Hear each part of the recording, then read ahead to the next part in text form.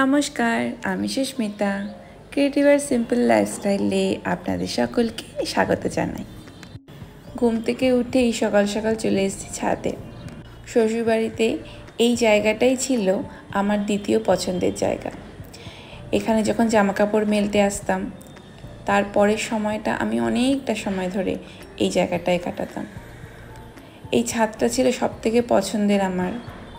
অনেক নিঃসঙ্গ সময় কেটেছে এই জায়গাটাতে। এখন ওয়েদার একটু সূর্য ওঠেনি তো, তাই জন্য এখন একটু হালকা ভেজা ভেজা, একটা হালকা কুয়াশায় মাখানো ভোর। সূর্য মামা এখনও দেখা নেই। আজকে সারাটা দিন মেঘলা কাটবে। বৃষ্টি মাঝে মাঝে হচ্ছে। এই বিশাল বড় টাইলসে মোড়ানো ছাদটা ছিল আমার কাছে সব থেকে পছন্দের। যখনই খুব একা লাগতো, যখনই খুব মন খারাপ লাগতো, তখনই ছাদে আসতাম আর নিজের সময়টা এখানে কাটাতাম।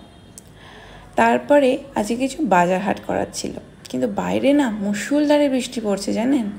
এখন একটু থেমেছে, আবার পড়ছিল।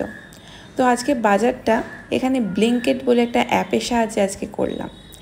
আমার শাশুড়ি মা সেরকমভাবেই বাজারটা করে, কিন্তু আমাদের কাছে তো এই অ্যাপটা নতুন। আর জানেন, বিশ্বাস করবেন না, জাস্ট 15 মিনিটের মধ্যে এই সমস্ত বাজার চলে এসছে। আজকে একটু রান্না বান্না করবো আজকে, তো সেই জন্যই আজকে সমস্ত রকমের বাজার হাট একটু বেশি করে করতে হতো। তো কি করে যাবো এই বৃষ্টির মধ্যে, মানে বেরোনোর মুখেই এমন বৃষ্টি শুরু হয়েছিল। তো আমার বর বলল, চলো একটা ম্যাজিক দেখাই। একটা দারুণ সুন্দর ম্যাজিক অ্যাপ আছে, যার সাহায্যে এই ঘরে বসে জাস্ট 15 মিনিটের মধ্যে সমস্ত বাজার হয়ে যাবে।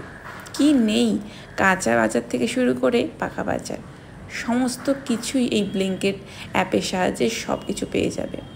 আমি তো সত্যি খুবই সারপ্রাইজ ছিলাম যে জাস্ট 15 মিনিটের মধ্যে হয়ে গেল। আমরা অর্ডার জাস্ট চুজ করে দিয়ে দিলাম, আর তারপরেই জাস্ট এলো। আর মানে আমি তো ভাবতেই পারছেন যে এত ফাস্ট আমাদের কলকাতা হয়ে গেছে এখন। চাল, ডাল, নুন, আলু, তরকারি, এমনকি মাছ, মাংস থেকে শুরু করে সব কিছুই এই অ্যাপের সাহায্যে আমরা সমস্ত বাজার হাট করছি। তো সমস্ত বাজার হাট হয়ে গেছে আজকে। সমস্ত মানে এই ব্লিঙ্কিট বলে একটা অ্যাপের সাহায্যে সমস্ত কেনাকাটা হয়েছে। আমাদের কাছে তো এটা নতুন, মানে ইন্ডিয়াতে অনেক রকমের অ্যাপ সাহায্যে যে বাজার হাট করা যায়। মানে এত বাইরে বৃষ্টি পড়ছে যে বৃষ্টির জন্য তো বাইরে বেরোনো যাচ্ছে না। তো সেই জন্যই বললাম যে দেখো যদি হয় এরকম। তো ও এমনি আমি বলার কিছুই না, আমার শাশুড়ি মা এরমভাবেই বাজার ফাজার বেশিরভাগটাই করে, তো সেরমভাবে করেছে। আর বাড়িতে বসে জাস্ট 10 থেকে 15 মিনিটের মধ্যে বাইক নিয়ে চলে এলো লোকটা, এসে সব যা যা অর্ডার দিয়েছিলাম সব মানে কেনা হয়ে গেল। ব্লিঙ্কিট অ্যাপের সাহায্যে যে বাজার হাট করার, সেখানে ঝামেলা কিছুই না। কি কি লাগবে সার্চ করলাম, সব চলে এলো।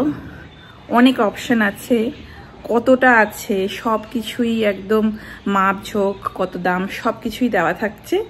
আর শুধু জাস্ট কার্টে অ্যাড করতে হবে, তারপর সব টোটাল হয়ে গেলে ওটাকে প্লেস আউট অর্ডার করতে হবে।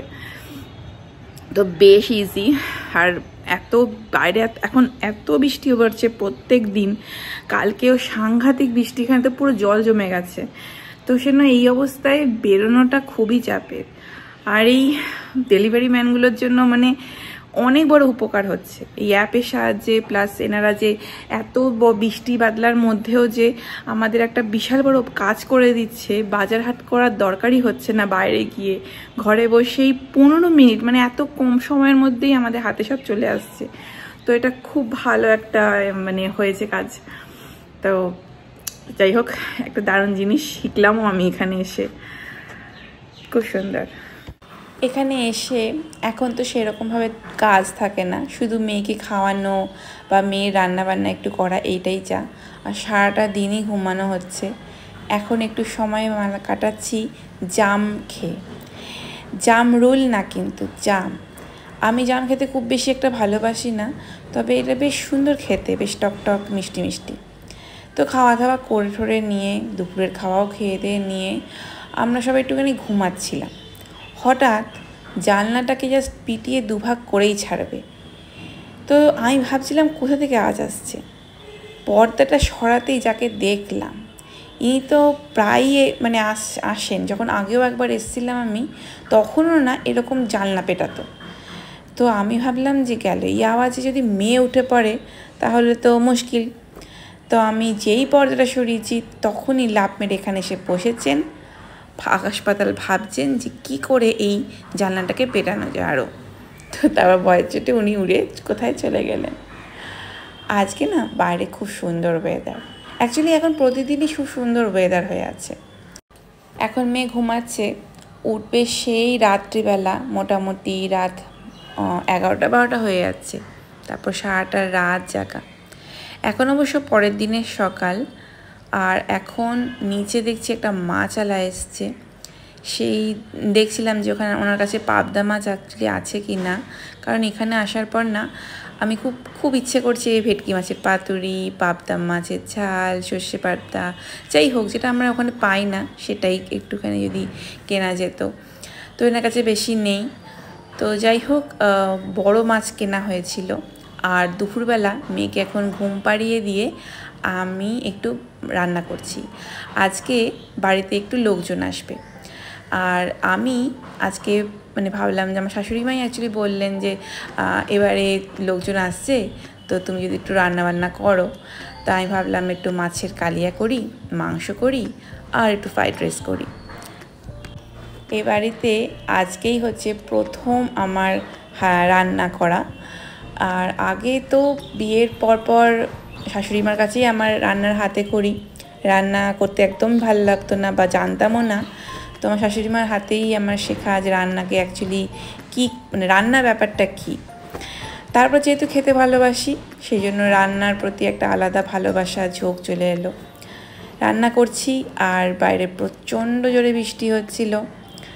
আজকে আমি সেই জন্য ভাবলাম যে একটুখানি রান্না করতে করতে আপনাদের সাথে আমার রান্নাঘরটাকেও দেখাই। 7-8 বছর আগে এই রান্নাঘরটাই আমার কাছে কত পরিচিত ছিল।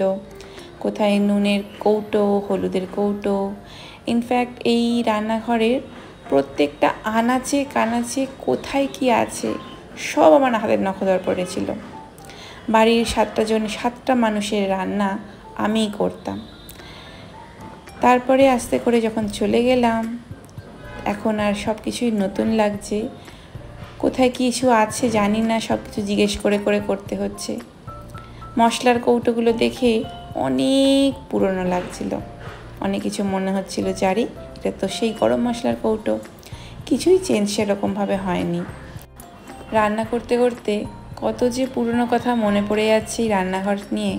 তো এক সময় ছিল এই রান্নাঘর ছিল আমার বেস্ট ফ্রেন্ড। রান্নাঘরে আমার একটা বেলাই পুরো কেটে যেত। সন্ধেবেলা রুটি করা থেকে শুরু করে, ভাত করা থেকে শুরু করে যে কোনো রকমের রান্না এই রান্নাঘরে হতো। আমি আর আলাদা করে রান্নার ছবিগুলো খুব একটা দিচ্ছি না, আর সে সাথে আসলে আমার এবারটাই খুব একটা যে প্ল্যান মাফিক যে ভিডিও করছি তা না। মাঝে মাঝে মনে হচ্ছে ছোট ছোট জিনিস স্মৃতির আকারে রেখে দিচ্ছি এই ব্লগের মধ্যে। মাছ রান্না হয়ে গেছে, এখন একটুখানি মাংস করব। এই মাংসতে আমি একটুখানি বাদাম বাটা দিচ্ছি, তো সেটাই কষানো হচ্ছে। আর আগের দিন আমি সব মাংস মাছ সব কিছুই ম্যারিনেট করে রেখে দিয়েছিলাম, তো সেই জন্য রান্নার ব্যাপারটা কম। আমরা একটু ওয়েট করছি, এখন রাত্রিবেলা যারা আসবেন তাদের জন্য ওয়েট করছি। তবে ভিডিওটা আর বেশিক্ষণ টানিনি জানেন, লোকজন আসার পর খুব ব্যস্ত হয়ে গেছিলাম, তাই ভিডিওটা আর কন্টিনিউ করিনি। এটা আমার পরের দিনের ভিডিও। আজকে আমি একটুখানি বেরিয়েছি আমার মাসির সাথে গড়িয়াহাটে, শপিং বাকি যে, সেই জন্য আমার প্রিয় মাসির সাথে বেরিয়েছি। গড়িয়াহাটটাকে খুব যে চেনা তা না, আমি গড়িয়াহাটে খুব বেশি একটা আসিনি, কিন্তু আসলে সত্যিই রাস্তা ভুলে যাই। এত সুন্দর সুন্দর জিনিসপত্র দেখে আমি যে নিজেকে বাঁচিয়ে বাঁচিয়ে নিয়ে যাচ্ছি সেটাই অনেক বড় ব্যাপার। চারিদিকে লোভনীয় অনেক জিনিস, মনে হচ্ছে ঝপাকঝপ কিনি আর ব্যাগের মধ্যে পুরি। যাই হোক, অনেক দিন পর যে মাসির সাথে দেখা হয়েছে সেটাই আমার কাছে অনেক বড় ব্যাপার। মেয়ে ওর বাবার কাছে শুয়ে আছে বলে আজকে আর ছেলে মেয়েকে নিয়ে আসিনি, মাসিকে নিয়ে বেরিয়েছিলাম এবং অনেকটা সময় কাটিয়ে এখন বাড়ির রাস্তা ধরেছি। মাসিকে মাসির বাড়িতে ড্রপ করে ব্যাগ ভর্তি বাজার নিয়ে আজকে এগোচ্ছি। যা যা কিনেছি সব কিছুই আপনাদের সাথে পরে শেয়ার করব, আর সেই জন্যই আজকের ভিডিওটা এখানেই শেষ করছি। ফেরার পথে মুষলধারে বৃষ্টি আসবে, তারই আগাম বার্তা। আর সেই ঠান্ডা ঠান্ডা পরিবেশটাকে এনজয় করতে করতে এখন বাড়ির রাস্তায় যাচ্ছি। এই ভিডিওটা আপনাদের কেমন লেগেছে আপনারা কিন্তু অবশ্যই কমেন্টে জানাবেন। যদি ভালো লাগে ছোট থেকে একটা লাইক আর শেয়ার করে দেবেন, আর অবশ্যই সাবস্ক্রাইব করবেন যাতে যখনই আমি কোনো ভিডিও রাখবো আপনাদের কাছে সবার আগে পৌঁছায়।